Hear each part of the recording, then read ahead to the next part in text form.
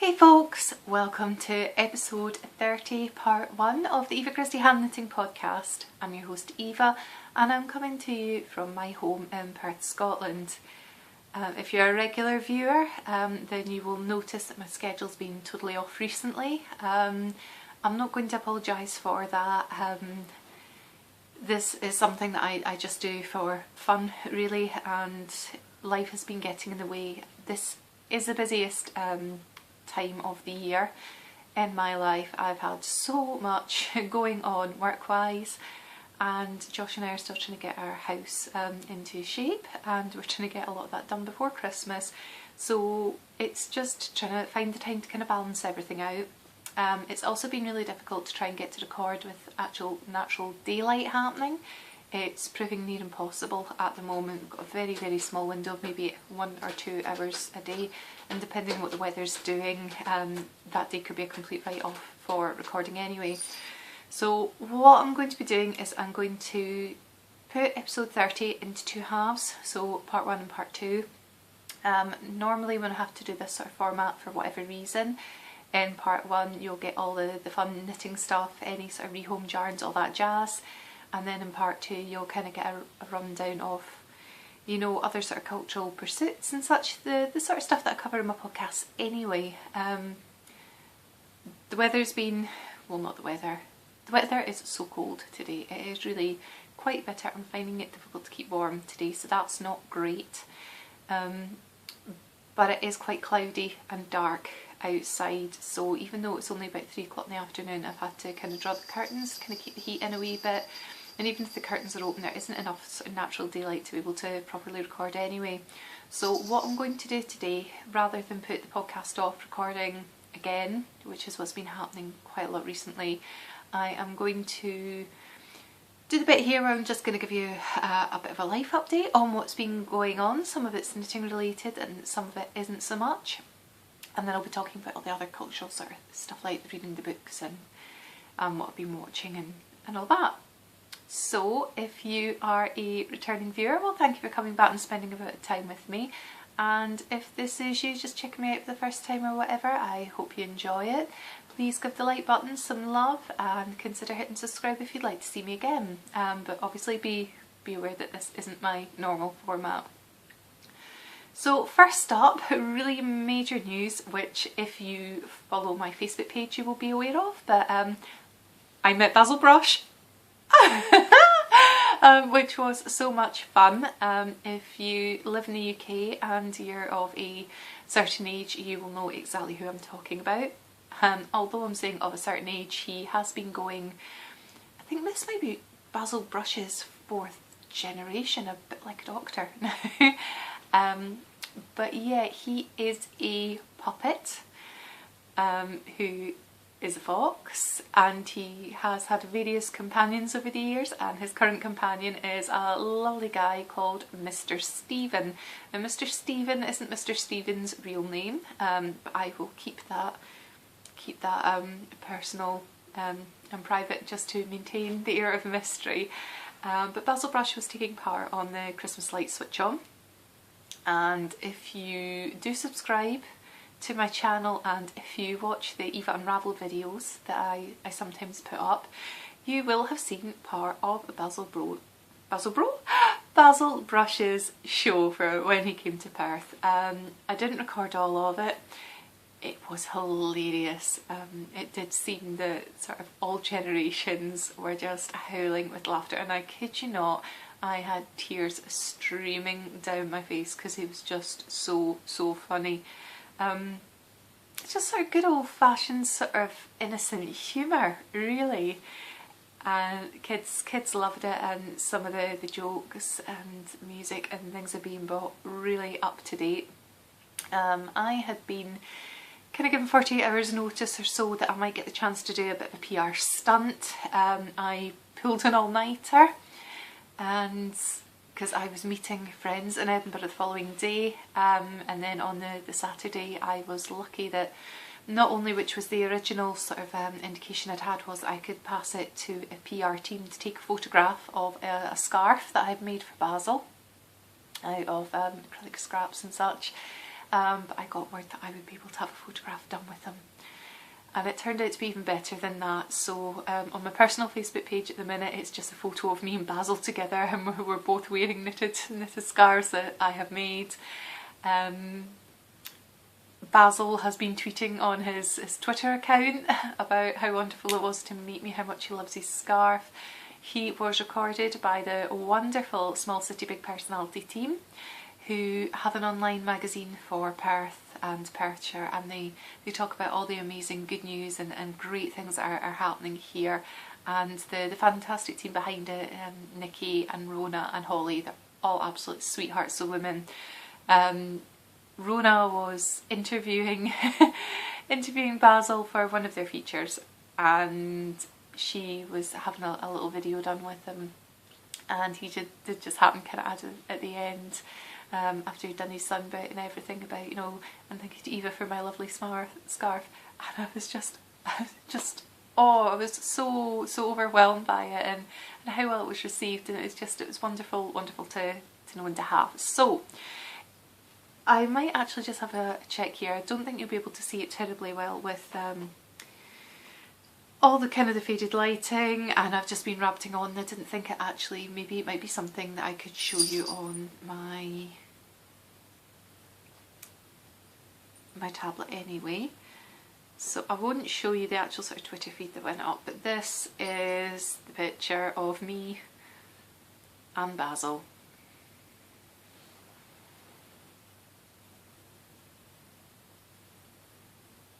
I love it. I absolutely love it. Yeah, I just can't believe that it's happened. Oh, actually, yes, I do. Here we go. So here's one of the tweets, if you can see it. And there were one or two others from that. It's just dream come true, you know, career goals. So that was lots of fun. And as I kind of alluded to there, the day before the Christmas light switch on and meeting Basil, I went through to Edinburgh to meet some friends. I met up with David from This Boy, who I am sure will be returning to podcasting sometime in the near future, and he's thanking everyone for their kind wishes that they've sent on through me, and I did pass those on when I met David in person, but we chat kind of off camera, off media quite a lot anyway. We've become good friends. So that's David of This Boy Knits and This Boy Podcasts and such. So David and I travelled through to Edinburgh because Inga Rose of the Knitting Diaries and her husband Atlee were travelling through from Iceland to spend a long weekend in Edinburgh. So it was amazing to meet Inga. We had a virtual knit night just a few nights before to kind of break the ice, because although we've been chatting back and forth quite a lot of podcasters do, you chat back and forth, whether it's through Facebook or direct messaging or Ravelry messaging quite a lot, and watching one another, you form a relationship with people, and you genuinely feel that you know them. And Inga and I had kind of made that connection anyway. We felt really quite akin to one another. So Inga said, let's do a virtual knit night before we meet up, and then it will take away any tension that might happen. And there wasn't. We spent over an hour, you know, just not yap because that sounds dreadful, but just chatting away about life and work and family, and it was amazing. It was amazing. We met up, and Atlee was lovely as well. So we met up in the hotel they were staying at. We hit up a couple of independent yarn shops in Edinburgh. So we went to Be Inspired Fibres, where I may have bought some yarn that I'll show in part 2. And we also went to Ginger Twist Studio, which is owned by lovely Jess. So that was amazing to see both of them. We didn't have a huge amount of time together. We kind of struggled to kind of get a taxi or anything back into the main part of the city. We weren't that sure on bus routes, and it would have probably been cheaper to go by taxi anyway, but we couldn't flag one down at the time we were trying to get back into the Grassmarket area of Edinburgh. We ended up going to a Chinese restaurant for food together. Natalie joined us, and the less said about that the better. Unfortunately, Jess actually recommended it to us as being one of the best places to eat in Edinburgh, and certainly it's got an amazing reputation, but there were a lot of people in the restaurant having problems that night. And although the food was okay, as far as I'm concerned, we actually had our entire bill written off by management because he understood that our experience was pretty horrific. For example, I've never been in a restaurant before where your food is actually given to you by the table sitting next to you, because everyone is so crammed full in. And that was just the tip of the iceberg on it, so it wasn't amazing. I mean, the food was okay when it did come, and when it didn't even come in the right order. And I don't want to dwell on it too much, but the conversation was fantastic. Atlee was showing us photographs of the boat that he sometimes goes out on, and a little bit of video that he took of a whale while he was out in his boat in the fjords, and it was just, there wasn't a dull moment. The conversation didn't lapse, there were no awkward silences, and that was just lovely. David and I have been invited out to Iceland, so we'll have to see about saving up for that sometime in the future, taking our respective partners. It wasn't long enough to see Inga. She's just an absolute delight. Yeah, and she gave me a little gift as well, which I'll have to show you some bits and pieces out of it. It did include some Icelandic chocolate, including my most favourite chocolate in the world. That's gone. In fact, I've been really good because I only finished that a couple of nights ago, so I enjoyed it so much. I just didn't want the pleasure of it to end, and I just kind of eked it out a bit. But that was fabulous, that was wonderful, and it just wasn't long enough seeing Inga. So hopefully we will meet up again. We are definitely planning on doing some more knit nights and such, and yeah, she seemed to have a lovely time in Edinburgh, so that was fantastic. But we are trying to get Inga to come over with her indie yarn dyeing that she does. She's got an Etsy shop. It's called, I think it's Yarn from the Shire, or From the Shire, and we're hoping to get Inga across for Perth Festival of Yarn 2017. So that'll be September 2017. So everything crossed that that's going to happen, because it would just be amazing to have her as part of it. What else has been going on? Excuse me. It's starting to heat up a wee bit, and my nose is dripping slightly. So I met Basil Brush, and I've told you about that. I met Inga and Atlee, and told you about David a bit as well. I've had a couple of events going on, and that's really why I have been so busy. I had one weekend of 2 events that I was vending at. So I had the Perthshire Creates Christmas Design Market at the Perth Museum and Art Gallery.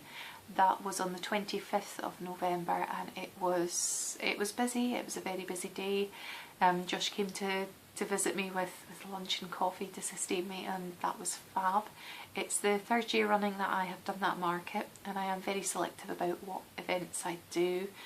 The first year I did it wasn't actually under the Perthshire Creates banner, but it's a really good day. There's some amazing artisans, so it's not like a craft fair. It's a really good high level artisan type market, and that was a brilliant day. Although I was in the sunken marble gallery, and it was quite cold there. I'm a cold wee scone anyway, but it's a great venue, and it's lovely to just go around and explore the museum and art galleries. And as you wander through, there's a few more stalls exhibiting in that room, and it's great to buy handmade at Christmas. So I did that. It was brilliant. It was busy. I got home, I had to reshuffle some of my stock that was left, and change it about a bit, because there were quite set criteria about what I could do on particular days. And on the Sunday, which was the 27th of November, I had the 26th. for the design market, didn't I? Yes. So the 27th was the St Andrew's Day market in Perth. Now, St Andrew's Day actually takes place on the 30th of November in Scotland every year. He's our patron saint. I believe he's also the patron saint of Russia. And what the council do is they put on a big sort of market to celebrate what's best about Scotland and what traits St Andrew can represent that the Scottish people have. So it's very much about sort of caring and empathy, particularly in these really quite desolate and dark times, of coming together and caring for one another and just having a great time, which I think is even more important as it keeps getting dark at night time and such, and particularly in Scotland, just the Northern Hemisphere sort of thing in the winter. So any excuse for a party. It was amazing. I haven't even had the energy or the time to put up a lot of the photos that I took of it. There were civic parades, there was a big stage not far from my stall, where we had some amazing acts playing. So we had Really Jiggered, Mad Ferret, we had Dougie MacLean, who is a really famous Scottish singer-songwriter, and the Red Hot Chili Pipers. I have shared some of the Perth City Centre team's videos of some of this to my Facebook page, so that's the Eva Christie Hand Knitting Facebook page, where you can kind of go and have a look and see what was going down, because I was just a little too far away to be able to properly film it, and I was busy on my stall. But it was a fantastic day because Perth and Perthshire is very well known for a lot of food production and such that we've got. We are surrounded by quite a lot of arable farmland. So we had local fruit wines and meads. There were farmers who were doing beef and lamb burgers and bacon rolls, all made with sort of local produce. My friends themselves had to be a personality, had a stall where they were doing cook demonstrations, and it was an amazing atmosphere. I think there was only one other sort of craft / artisan stall apart from me, and they were doing wood sculpt. I don't even think it would be wood sculpting, but it was some sort of woodwork thing that they were doing and sort of trying out. They were just launching their business. But it was great for me. I met some of you. There was brass band championship happening in the concert hall on the same day, so I met a few folk there. So if you're watching this now and I met you there, special hello to you. It was just fabulous. So I've sold a lot of my hand-dye yarn now. I've sold a fair amount actually. I'm quite depleted in stock, especially because I am also still currently the featured designer at Lakenfeld Studio in Crieff.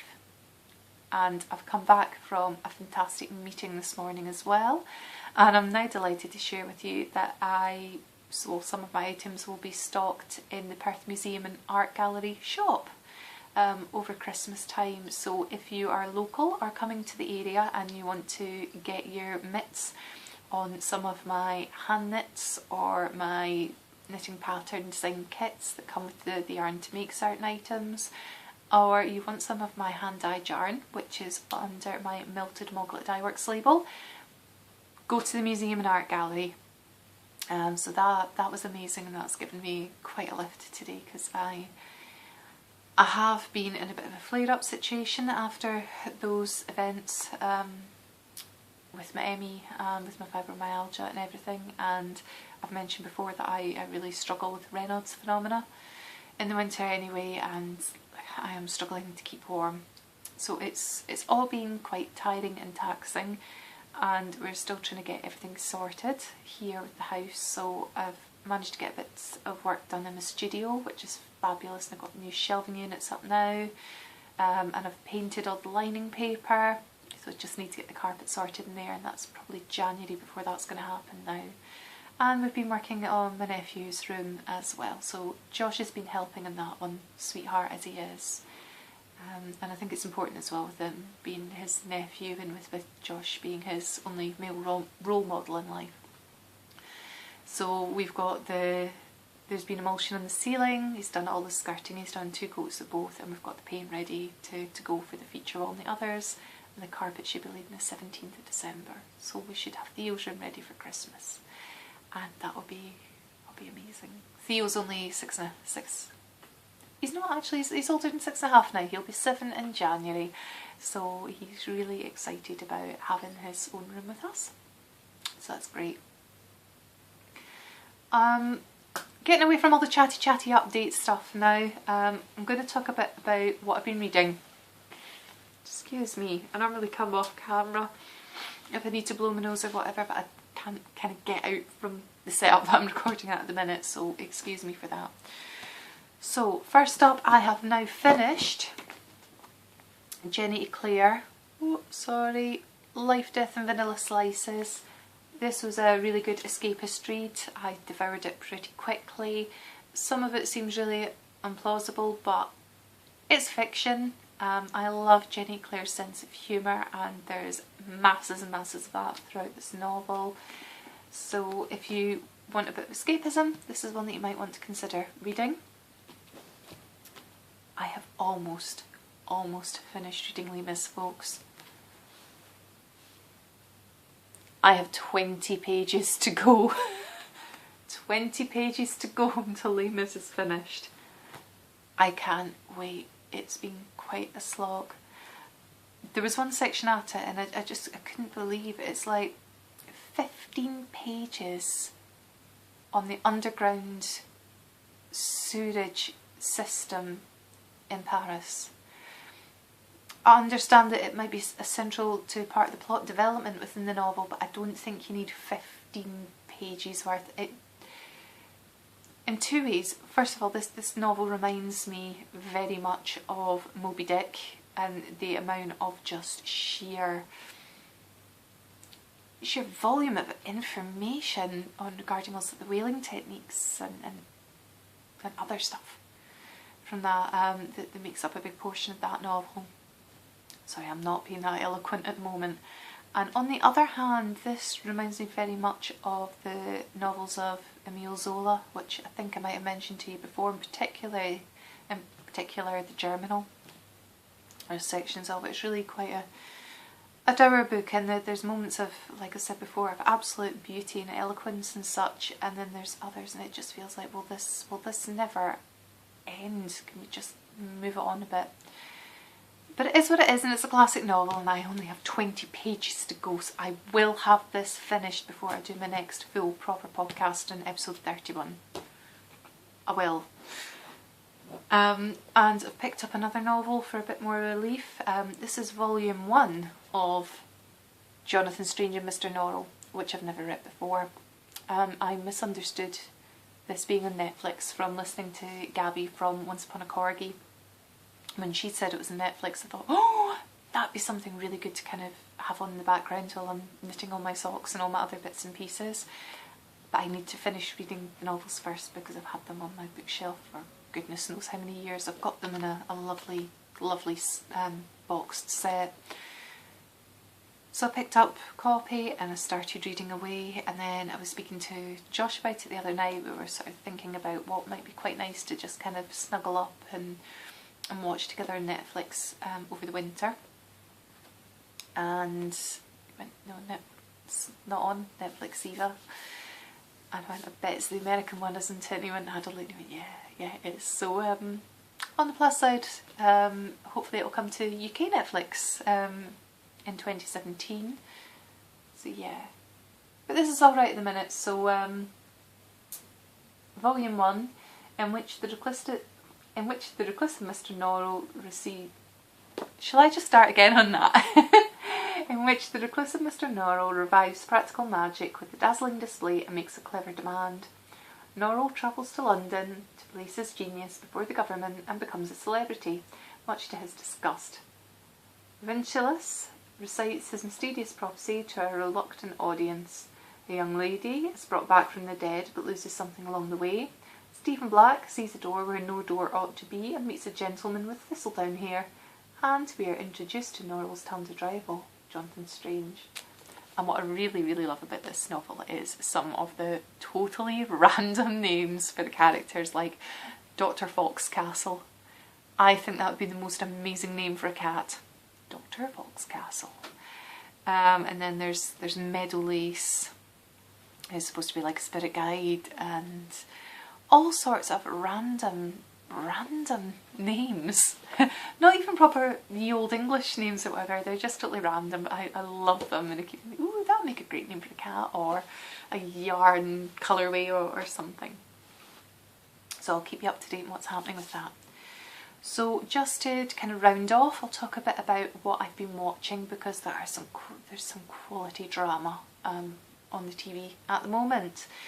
So a lot of that is on the BBC, so you'll be able to get it overseas or whatever, or catch up again on iPlayer, as long as it's within 20 sort of days. I've been watching My Mother and Other Strangers with my heart in my mouth. I've watched 4 episodes of that now, and particularly the last one. Josh was in the room, he had his earphones in, he was watching a basketball game, and I had to keep pausing the TV and rewinding and watching again and again one particular moment, because it just completely took my breath away. Knitting was down, I couldn't concentrate on anything apart from what was going on the screen, and I love it when drama just swoops you up like that and holds you tense. And oh, I don't want to ruin it for anyone who's not watching, so I don't want to give too much away, but go and watch My Mother and Other Strangers, you will not be disappointed.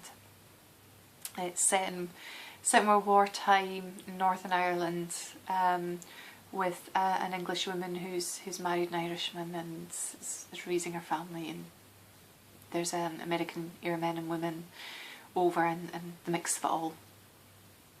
I've also watched the first episode of Rillington Place, and I believe the second one is on tonight. That is really creepy, really psychologically harrowing.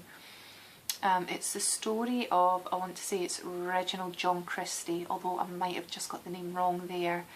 And it was a miscarriage of justice, where he was a notorious Welsh serial killer who's living in England, and someone else was actually hung, which I'm not giving anything away because, well, it's in the public domain, it's quite well known, so it's based on real life events here. Somebody was wrongfully accused of the crimes, and somebody else was executed for them. I think it may have been the last, or one of the last instances of capital punishment in the UK, because it was such a miscarriage of justice that the wrong person was executed for the crimes. And it comes in 3 parts, so we see the story unfold from the point of view of Reg's long-suffering wife. And it does not make comfortable viewing, folks, but it is really quite compelling drama. So see it from the point of view of his wife, whose name I forget right now, and then there's the boy who was executed, and then the final part we get it from Reg's point of view as well. Casualty, as always, I've been watching, and although I haven't spoken about it before, over the last maybe sort of 6 weeks or so, Josh and I watched series 1 and 2 of Narcos, which is on Netflix. It says what it is on the tin. It follows the antics and exploits of Pablo Escobar and cohorts, and the DEA in Colombia over the 1980s and 90s. And again, a lot of it does not make for comfortable viewing, but it is fantastically well shot and explained, and it's been left, again without giving too much away, but it has been left for an opening into a 3rd series, which would be amazing. And I haven't watched Gilmore Girls yet. I'm desperate to watch it, but I need the proper sit down time and mental energy to do so. So I'm being very careful about whose podcasts I'm watching at the moment, because I don't want any spoilers.